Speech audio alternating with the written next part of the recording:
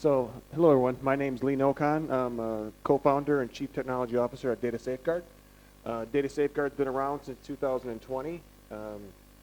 In India, it's been around since 2023. So we have our U.S.-based company, but we also have an Indian-based company as well. They're two separate companies. And so the product that we're going to discuss today is made in India, made for India. So what I'm going to talk about today, and a lot of the speakers have actually been talking about this, is kind of what DPDP is, what are the issues, how do you address them. Since they've covered a lot of that, I'm going to probably talk more about how Data Safeguard can help you be DPDP compliant. Let's see if I can get this thing to go. There we go. So we've won a lot of accolades for our company, so I'm not going to spend a lot of time on this. One thing I'll mention is we're not only a data privacy company, but we're also a synthetic fraud company as well. And we use artificial intelligence and machine learning to be able to do that, not using regex or pattern matching, but actual artificial intelligence, machine learning types of models. So let's talk a little bit about kind of where we're at versus where we've been. So the focus has been for the last 20 plus years is all been about data security, cybersecurity, things of that nature. There hasn't been as much focus on data privacy and how do you actually safeguard that data. So you can see here in 2023 what the spend was for cybersecurity, and now that's transitioning more into the data privacy spend, because it's critical to make sure that your data is being safeguarded, because hackers will get in. The question is will they have any data that's usable? So also in the data privacy spend and also in the synthetic fraud spend. I'm going to spend more time talking about data privacy today. So some of our speakers just got done talking about this, so this is a really good illustration of that. So I think one of the gentlemen just asked the question about, do you know how much data is on your phone, right? So you look at 2019 and you see 219 pieces of PII elements. 2025 it's over 1,800. So think about your smartphones, your smartwatches, your smart cars. You have tons of data that is readily available for people to access. So one of the reasons why DPDP has been created is to have an enforcement arm for people that do not want to follow the laws as it relates to your data privacy. So as you can see here, and this is predominantly outside of India because the law or the rules just came out, as was mentioned by some of the other folks. But you look at the privacy fines; they have significantly jumped from 10 billion to almost 25 billion in 2023, and that number's even higher because we're in 2025. So I'm not going to spend a lot of time on this because, again, I believe there's a woman that came up before and gave us a beautiful walkthrough on exactly where DPDP's at, so we'll not focus on that. I think the key thing, though, especially for our clients that we work with, they know that DPDP is going to have some level of enforcement, over the next, 12 to 24 months. So they need to start getting prepared now.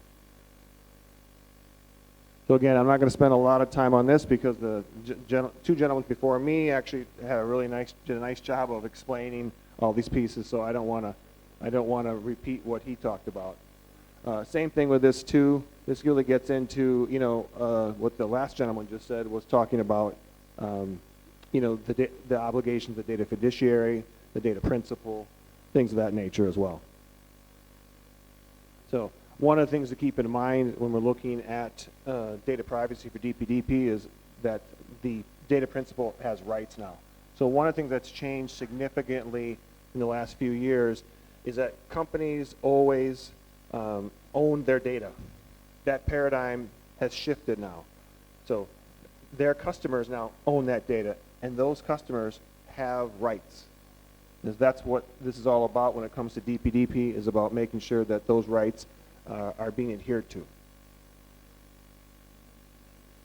So these are some important technologies to be aware of here. So we've talked about a lot of these in some of the other discussions around consent and around how you can how you process data within India and versus being allowed to process it outside of it, legitimate uses, minimization, data minimization, things of that nature, and then also processing. And then the big one in the bottom here is around miners and how that data is processed.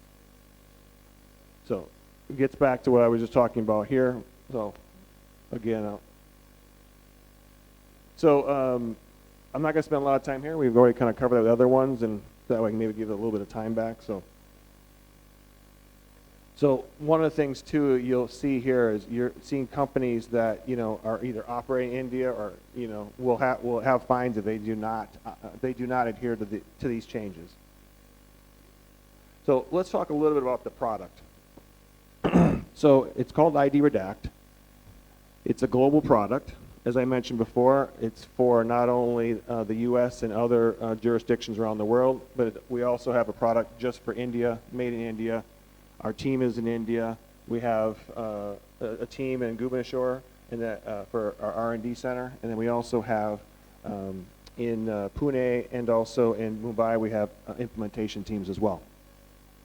So it's a data privacy, like I mentioned before, it's a data privacy product. It has 7 different products. It provides a holistic end-to-end enterprise solution for data privacy compliance. So universal consent manager has consent management, preference management, and then also it has cookie management. It also supports parental consent as well. And then we have on the right side confidential data discovery. So we have our patented technology that goes out and detects, identifies, and confirms data. This is unstructured data, semi-structured data, and structured data. And it will go in and pull that information from any data source. Real-time data warehouses, data lakes, databases, individual files. It's extremely comprehensive. And we also have data subject access requests, or in India, it's data principal access requests, or DPARs. So we have 3 different types of data subjects. We have DSARs or DPARs. One is external, so that would be for your customers. The second one would be internal, that would be your employees. The third one would be third parties. Okay? And then we have confidential data redaction. So once the data's been discovered, then we have a rules engine that will, depending on your need, will redact that data, or redact some of it depending on, let's say you have an email campaign, you want to make sure you still can use that data for, like, let's say 2 weeks, then you have the control to be able to turn that on and off.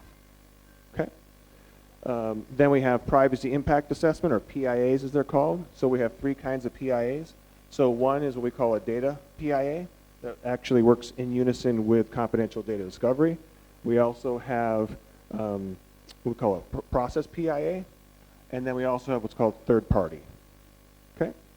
And then compliance audit, think of compliance audit as the regulatory framework for all the different modules, all the different products that are here that will in essence be able to provide you all your regulatory reporting that you need. So things such as ROPA and data privacy posture management as well. So the data privacy posture management does is it actually gives you a bird's eye view into every area of your data ecosystem, telling you where your risk is for data that is PII, PHI, sensitive, non-sensitive. We call it confidential.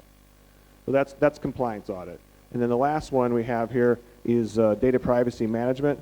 So think of this one as, so all of these different products talk to each other. That's also one of the big differences in our competitors is that we have all of these 7 products, and they speak to each other, and it's comprehensive, and it's end-to-end.